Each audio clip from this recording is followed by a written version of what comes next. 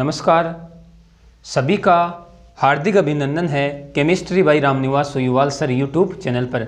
और हम अध्ययन कर रहे थे 12th साइंस की रसायन विज्ञान के चैप्टर नंबर 3 का, यानी इलेक्ट्रोकेमिस्ट्री का। यानी अपन कह सकते हैं कि हमारी इलेक्ट्रोकेमिस्ट्री की सीरीज चल रही थी और इस इलेक्ट्रोकेमिस्ट्री सीरीज की अपन कह सकते हैं कि हमारी 20 क्लास से कंप्लीट हो गई, या अपन कह सकते हैं कि इसके 20 पार्ट कंप्लीट हो गए। और आज का जो हमारा इस इलेक्ट्रोकेमिस्ट्री का पार्ट है वो रहेगा पार्ट नंबर 21। और देखो, आज हम इस पार्ट में इस इलेक्ट्रोकेमिस्ट्री चैप्टर का जो अंतिम टॉपिक है संक्षारण, जिसे कोरोजन कहते हैं, उसका अध्ययन करेंगे। यानी हमने अकॉर्डिंग टू सिलेबस इस चैप्टर को कंप्लीट कर लिया है। आज इस पार्ट में हम संक्षारण का अध्ययन करेंगे। पिछले वीडियो में हम बैटरी या सेल का अध्ययन कर रहे थे। बैटरी को हमने दो भागों में डिवाइड किया, प्राथमिक बैटरी और द्वितीयक बैटरी। कंप्लीट हमने पिछली क्लासों में उनका अध्ययन कर लिया। और आज इस इलेक्ट्रोकेमिस्ट्री का जो एक इम्पोर्टेंट पार्ट है संक्षारण, उसका अध्ययन हम इस पार्ट में करेंगे। तो अपन यूँ कह सकते हैं कि इस चैप्टर की ये हमारी अंतिम क्लास रहेगी संक्षारण वाले टॉपिक की। तो लगातार आप मेरे साथ बने रहिए। देखो, सबसे पहले तो हमें ये जानना जरूरी है कि इस संक्षारण को इलेक्ट्रोकेमिस्ट्री में क्यों पढ़ा जाता है। यानी अपन कह सकते हैं कि संक्षारण इलेक्ट्रोकेमिस्ट्री का एक पार्ट है। क्यों है?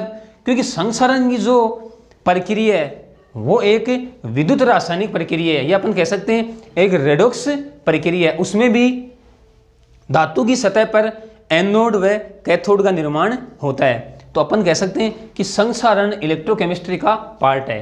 अब हम अध्ययन करते हैं कि संक्षारण कहते किसे हैं। देखो, सिंपल भाषा में अपन कह सकते हैं कि कोई धातु है, धातु की सतह पर धातु ऑक्साइड या अन्य लवणों की परत का चढ़ जाना संक्षारण कहलाता है।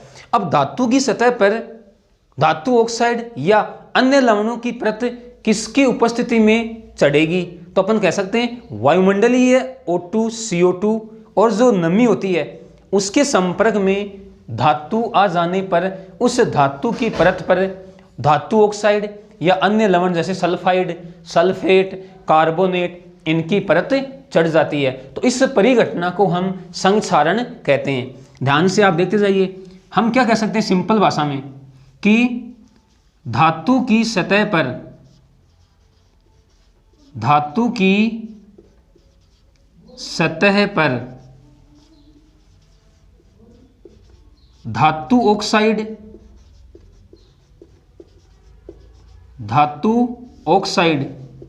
या अन्य लवण। अब अन्य लवण कौन कौन से हो सकते हैं? सल्फाइड हो सकता है, अन्य लवण सल्फाइड, सल्फेट,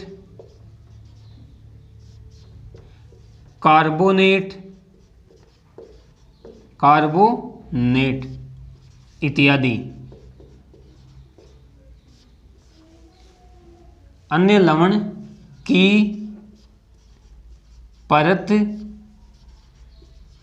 चढ़ जाना। देखो, वापस से मैं रिपीट करवा रहा हूं। धातु की सतह पर धातु ऑक्साइड या अन्य लवण की परत चढ़ जाना धातु का संक्षारण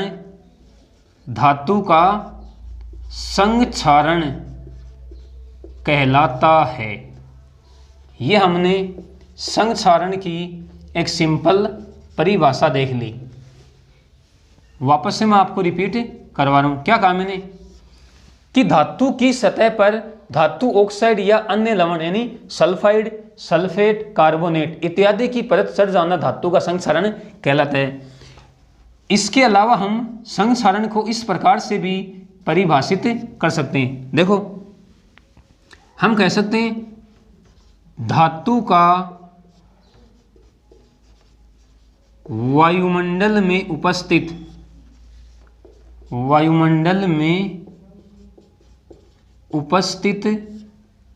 O2 CO2 व नमी के संपर्क में आकर, नमी के संपर्क में आकर अवांछित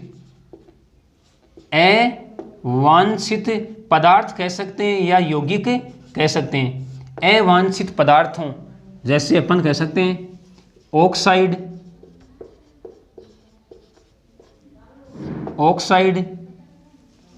सल्फाइड, सल्फेट, कार्बोनेट इत्यादि।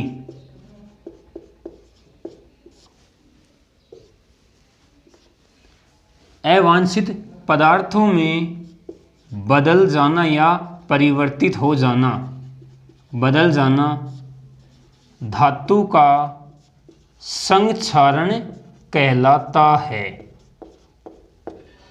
संक्षारण कहलाता है। देखो हमने दो परिभाषा लिखी है संक्षारण की।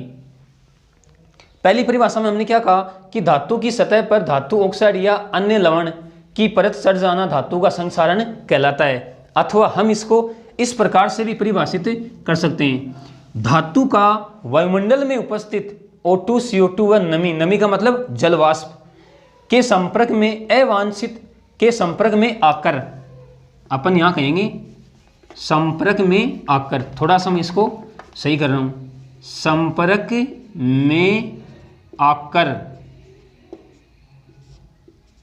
अवांछित पदार्थों, संपर्क में आकर अवांछित पदार्थों में बदल जाना। अब ये अवांछित पदार्थ कौन कौन से हो सकते हैं? ऑक्साइड हो सकते हैं, सल्फाइड हो सकते हैं, सल्फेट हो सकते हैं और कार्बोनेट हो सकते हैं। तो दोनों परिभाषा आप याद रख सकते हो, जो आपको इजी लगे वो डेफिनेशन आप याद रख सकते हो। अब देखो संक्षारण में होगा क्या, संक्षारण में अवांछित पदार्थों की एक परत धातु पर चढ़ जाती है, यानी धातु धीरे धीरे नष्ट होने लगती है। तो अपन क्या कर सकते हैं कि संक्षारण की प्रक्रिया में, संक्षारण की प्रक्रिया में धातु का क्षय होता है, क्षय कह सकते हैं या नष्ट होना, धातु का क्षय होता है। नेक्स्ट अपन कह सकते हैं कि संक्षारण की प्रक्रिया एक रेडॉक्स अभिक्रिया है। क्या कहेंगे? संक्षारण की प्रक्रिया एक रेडॉक्स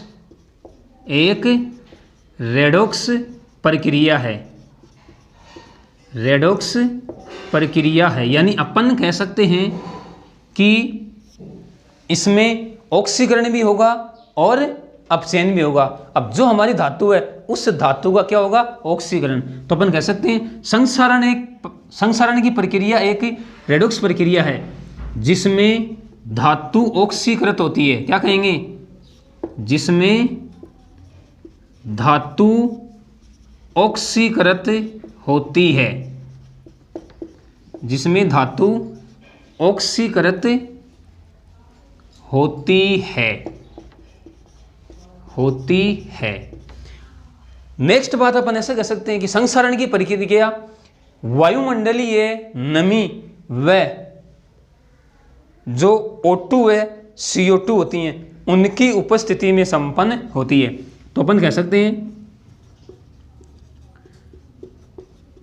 संक्षारण की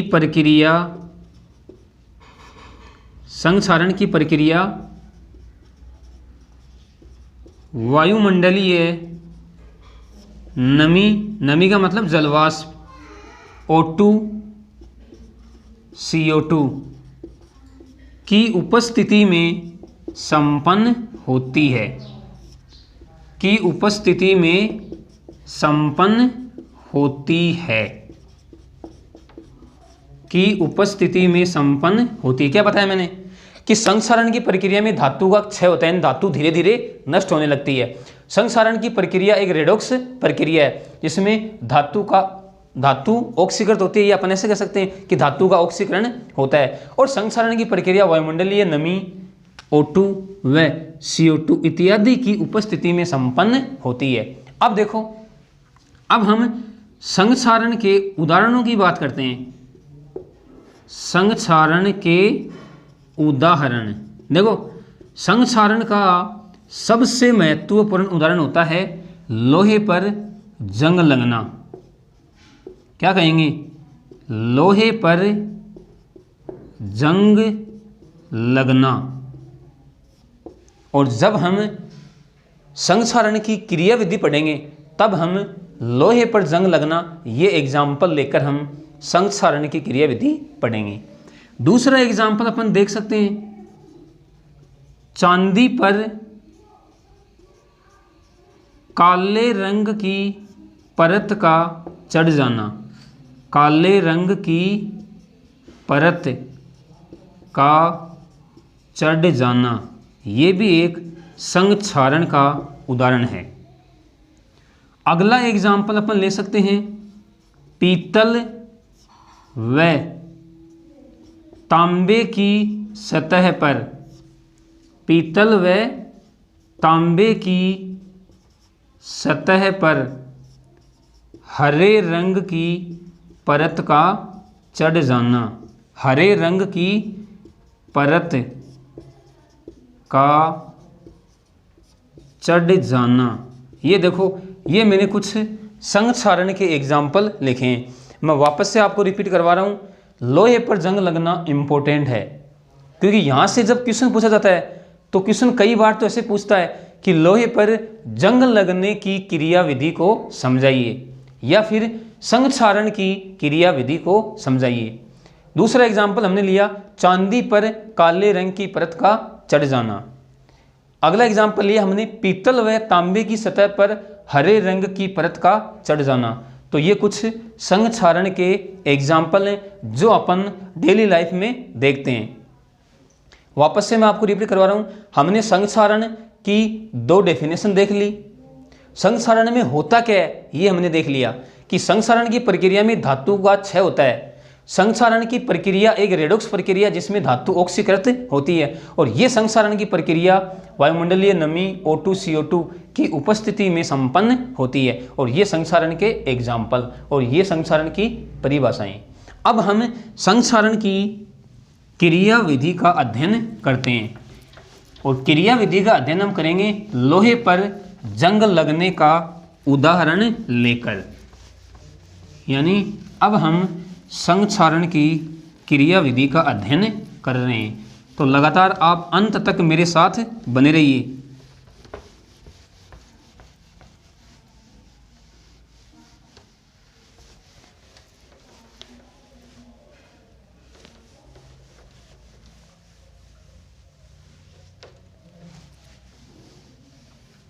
अब हमारी हेडिंग क्या रहेगी?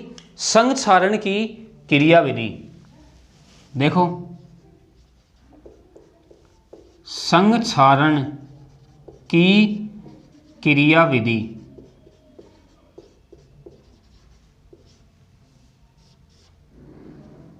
अभी मैंने क्या बताया आपको कि हम संक्षारण की क्रिया विधि को लोहे पर जंग लगने की प्रक्रिया का उदाहरण लेकर समझेंगे। तो अपन इसको ऐसे भी कह सकते हैं, लोहे पर जंग लगने की क्रिया विधि। जंग लगने की क्रिया विधि, यहाँ पर कोई डाउट आपको नहीं होना चाहिए भाई। या तो हम कह सकते हैं कि संक्षारण की क्रिया विधि, या अपन कह सकते हैं लोहे पर जंग लगने की क्रिया विधि, और इसके ऊपर आप स्टार लगा लेना। वेरी वेरी मोस्ट इम्पोर्टेंट, संक्षारण की क्रिया विधि। अब देखो, हमारे पास कोई लोहे की धातु है, या अपन कह सकते हैं लोहे की सतह है। उस लोहे की सतह पर जब संक्षारण की प्रक्रिया प्रारंभ होती है तो उस पर एक विद्युत रासायनिक सेल का निर्माण हो जाएगा। समझना आप, यानी हम क्या कह सकते हैं? हम कह सकते हैं कि लोहे की सतह पर लोहे की सतह पर O2 CO2 व नमी की उपस्थिति में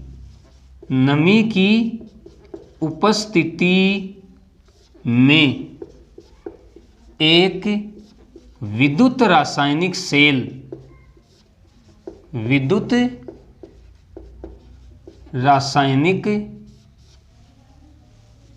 सेल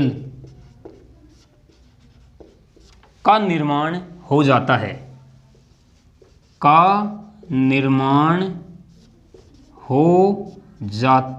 है।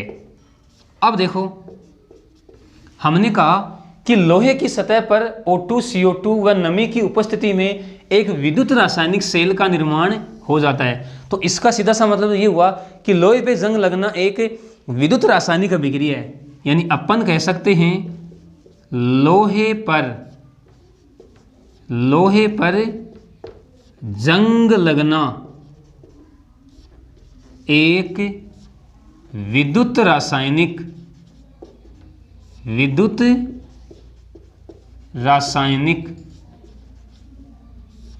प्रक्रिया है। अब देखो, अब समझो आप, विद्युत रासायनिक सेल का निर्माण हो गया, इसका मतलब उसमें एनोड भी होगा और कैथोड भी। जो शुद्ध लोहे की सतह होगी वो तो होगी एनोड, और जो अशुद्ध लोहे की सतह होगी वो होगी कैथोड। तो अब अपन क्या कह सकते हैं? अपन कह सकते हैं कि शुद्ध लोहे की सतह एनोड तथा अशुद्ध लोहे की सतह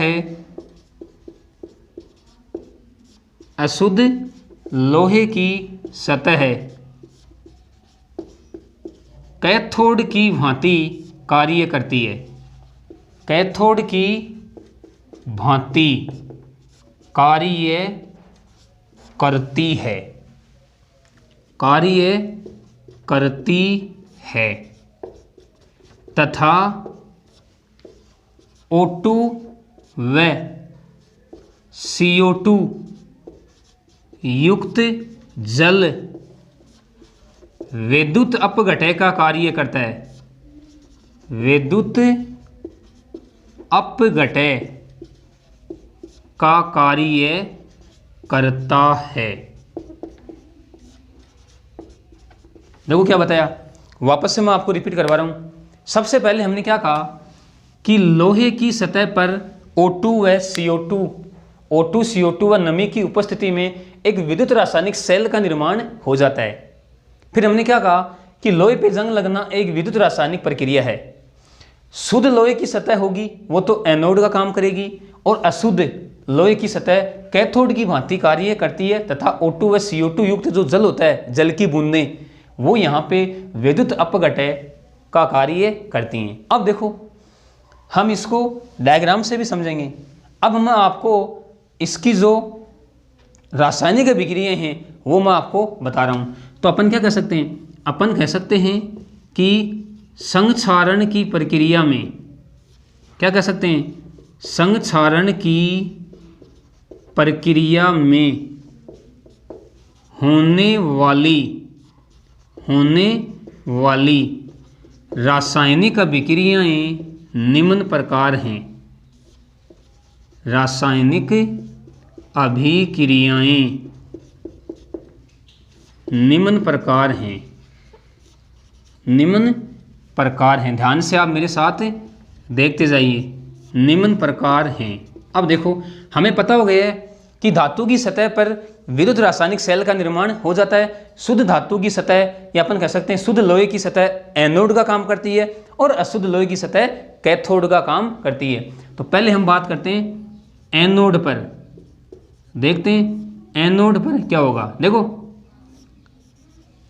शुद्ध लोहे की सतह एनोड का कार्य कर रही है। हमें पता है एनोड पर विद्युत रासायनिक सेल में एनोड पर ऑक्सीकरण की अभिक्रिया संपन्न होती है। यानी यहाँ पे क्या होगा? यहाँ पे Fe 2+ में चेंज हो जाएगी। 2 इलेक्ट्रॉन, कोई दिक्कत नहीं है।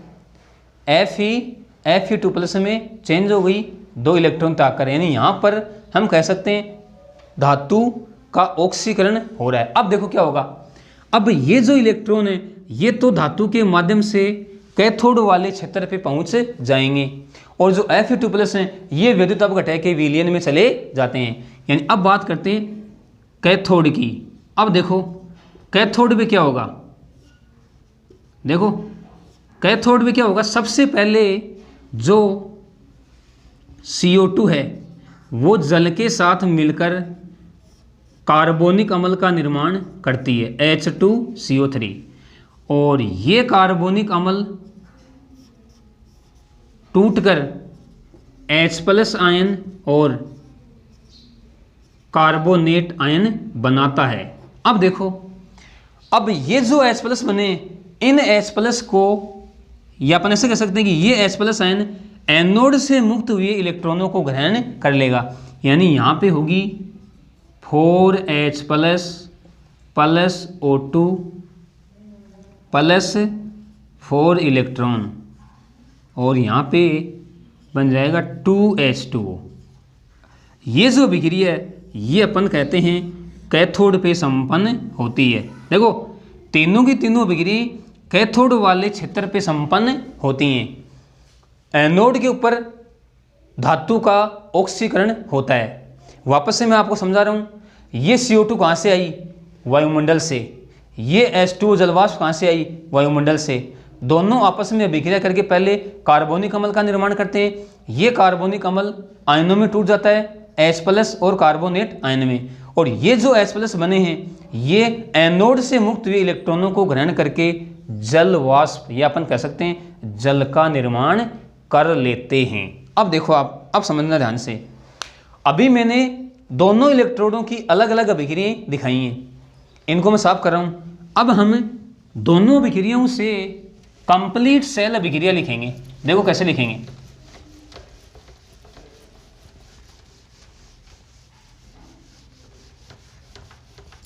दोनों अभिक्रियाओं से कंप्लीट सेल अभिक्रिया की हम बात करेंगे। ये मैंने आपको समझा दी है।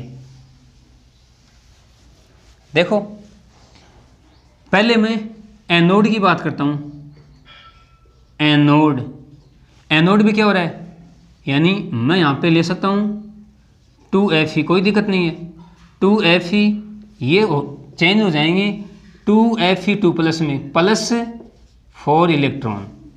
अब बात करता हूँ मैं कैथोड की, ये लो कैथोड में क्या होगा, H+ आयन 4H+, वायुमंडलीय O2, ये O2 कहाँ है, वायुमंडल में है, और एनोड से मुक्त हुए इलेक्ट्रॉन, और क्या बन जाएगा यहाँ पे 2H2O, कोई दिक्कत नहीं है 2H2O। अगर मैं इनको जोड़कर पूर्ण सेल अभिक्रिया की बात करूं, पूर्ण सेल अभिक्रिया, तो अपन इसकी पूर्ण सेल अभिक्रिया लिख सकते हैं। देखो 4 इलेक्ट्रॉन से 4 इलेक्ट्रॉन कैंसिल, और यहाँ पर अपन लिख सकते हैं 2Fe plus 4H plus O2, और इधर हमें क्या मिला 2Fe2+ और 2H2। ये तो हमने क्या लिख दी, कंप्लीट सेल अभिक्रिया।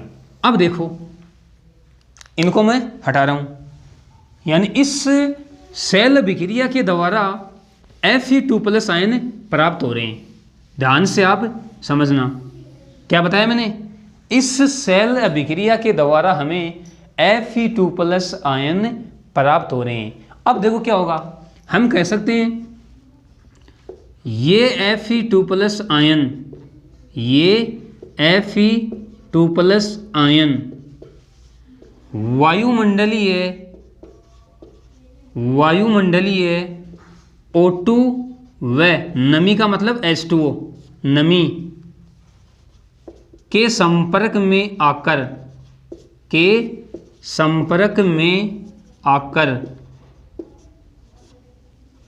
पुनः ऑक्सीकृत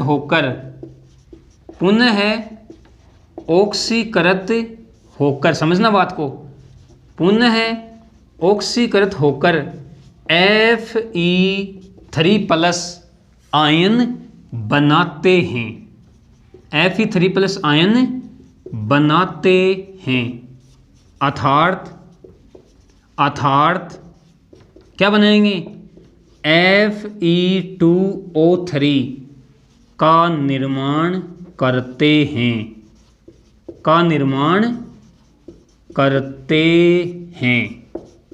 देखो वापस से मैं आपको समझा रहा हूँ। हमें इस कंप्लीट सेल अभिक्रिया से Fe2+ आयन प्राप्त हुए। फिर हमने कहा कि ये Fe2+ आयन वायुमंडलीय O2 व नमी के संपर्क में आकर पुनः ऑक्सीकृत हो जाएंगे, यानी Fe2+ आयन Fe3+ आयनों में बदल जाते हैं। अर्थात हम कहेंगे कि Fe2O3 यानी ये आयरन का ऑक्साइड है, आयरन का ऑक्साइड, इसका निर्माण हो जाता है। फिर क्या कहेंगे? यह Fe2O3 जलयोजित होकर यानी जल के साथ जुड़कर, इसका मतलब ये है जलयोजित होकर जंग का निर्माण करता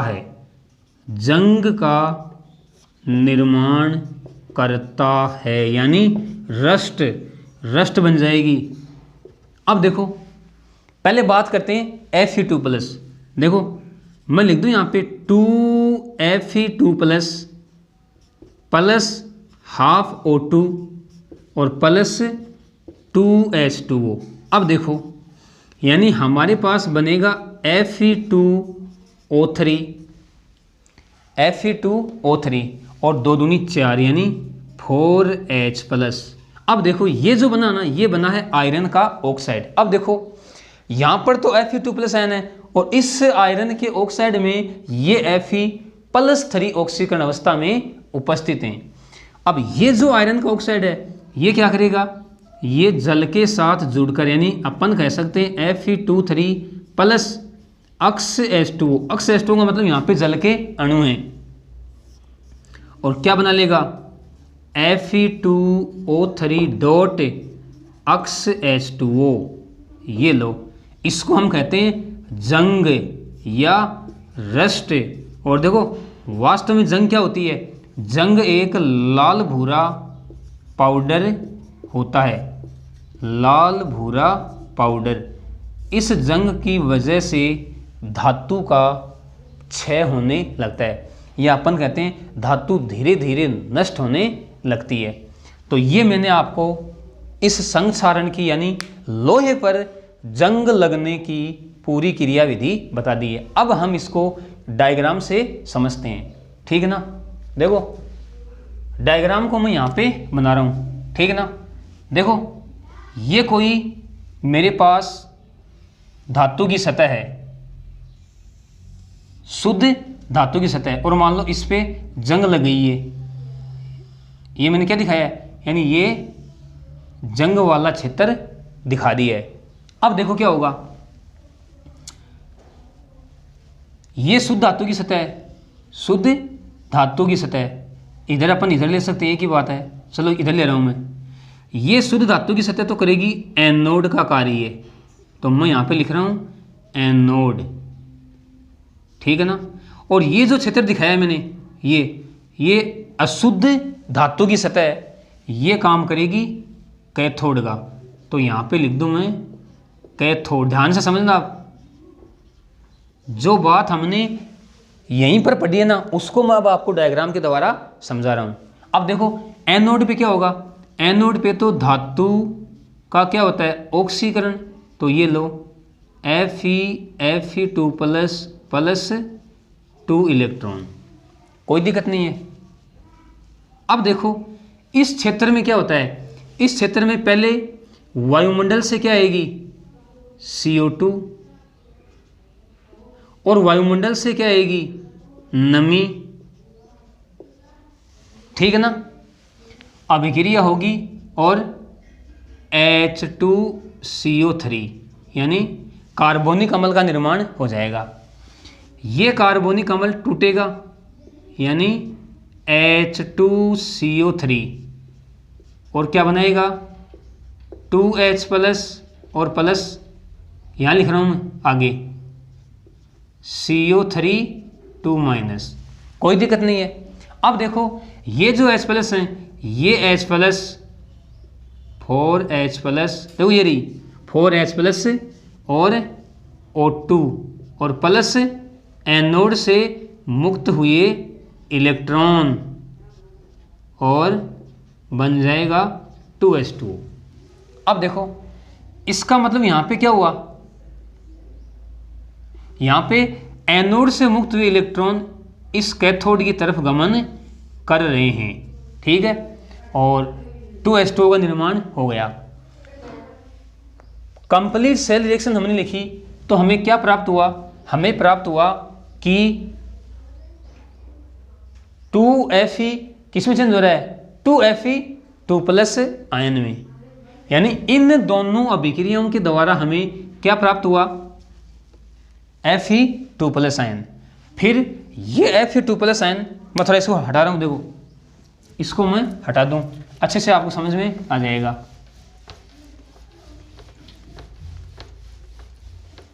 यानी इन दोनों अभिक्रियाओं के द्वारा हमें क्या प्राप्त हुआ Fe 2 प्लस आयन। अब देखो अब ये Fe 2 प्लस आयन अभी मैंने क्या बताया आपको कि वायुमंडलीय O2 व नमी, यानी वायुमंडल से तो क्या आएगी O2 और नमी का मतलब H2, ये चेंज हो जाएगी किसमें Fe3 प्लस आयनों में, यानी Fe2O3 प्लस 4H प्लस, ये वायुमंडल से प्राप्त होती हैं, वायुमंडलीय O2 और नमी, नमी का मतलब जलवाष्प। फिर ये Fe2O3 वापस से जल के साथ अभिक्रिया करके, जल यानी नमी है, के साथ अभिक्रिया करके Fe2O3 डॉट अक्स H2 यानी जंग का निर्माण कर लेती है। तो हम इसको डायग्राम से भी बता सकते हैं। देखो थोड़ा छोटा बनाए मैंने डायग्राम, अगर हम इसको बड़ा बनाएंगे ना तो हम इसको आराम से दिखा सकते हैं। बस आपको ध्यान में क्या रखना है, एनोड शुद्ध धातु की सतह और कैथोड अशुद्ध धातु की सतह, ये अभिक्रिया मैंने आपको यहाँ पे दिखाई है। अब देखो हमें पता है कि संक्षारण से प्रतिवर्ष बहुत सारा लोहा क्या हो जाता है नष्ट धीरे धीरे। तो अपन इस संक्षारण के कुछ उपाय देखते हैं कि संक्षारण से कौन कौन से उपाय हैं, यानी हम कह सकते हैं कि धातुओं को संक्षारण से बचाने के लिए कौन कौन से उपाय किए जाते हैं। तो अब हम संक्षारण की रोकथाम के उपायों का अध्ययन करते हैं। संक्षारण क्या पढ़ेंगे, संक्षारण की रोकथाम के उपाय। संक्षारण की रोकथाम के उपाय। देखो हमें पता है कि जो धातु है वो वायुमंडलीय O2, CO2 और नमी के संपर्क में आकर संक्षारित होती है और उसमें धातु का ऑक्सीकरण हो जाता है। तो अपन ऐसा कह सकते हैं कि या तो हम कोई ऐसा उपाय करें कि धातु नमी और वायुमंडलीय O2 व CO2 के संपर्क में नहीं है, या अपन कोई ऐसा उपाय करें कि धातु का ऑक्सीकरण न हो।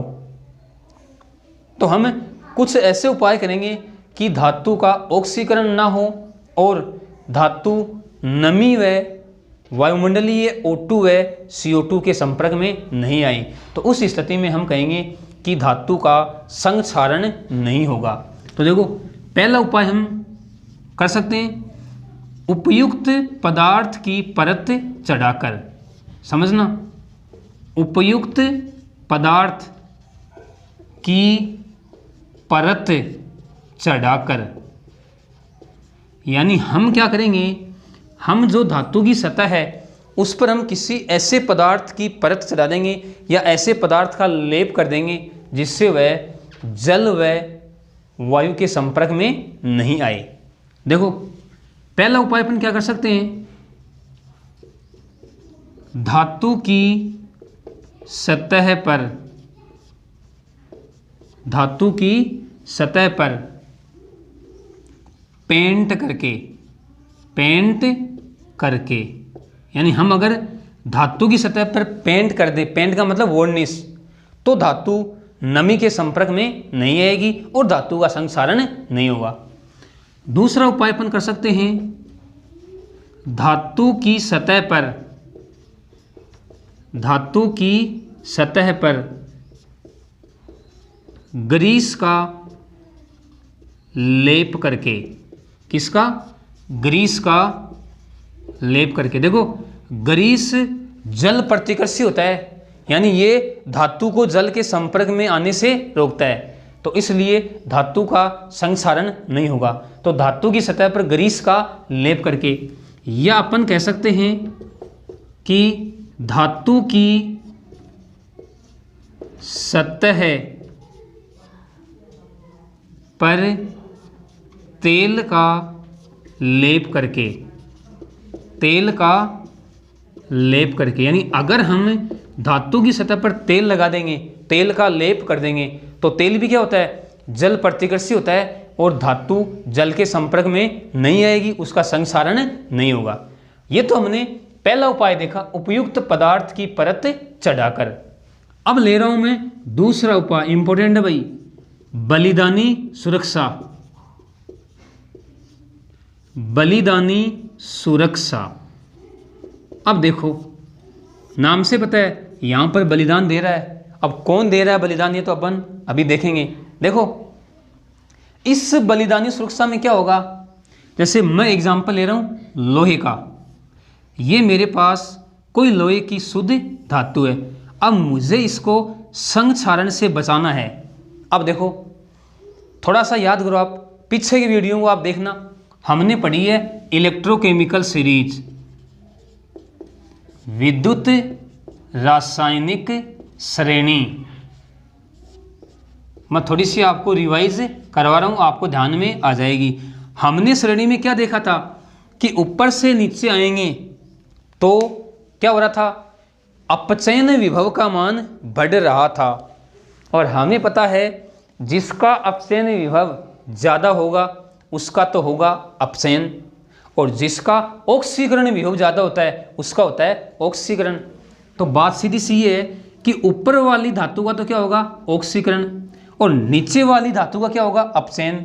या अपन ऐसे कह सकते हैं कि ऊपर वाली धातु एनोड का कार्य करेगी, नीचे वाली धातु कैथोड का काम करेगी।